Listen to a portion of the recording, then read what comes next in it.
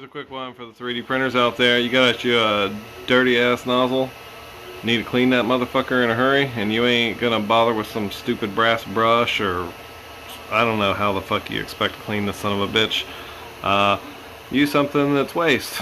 Take a piece of leftover support, place that son of a bitch right on the bed, and drop your nozzle right on into it.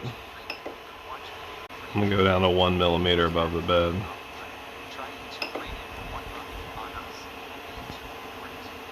Bring it right on down and get the fuck out of the way.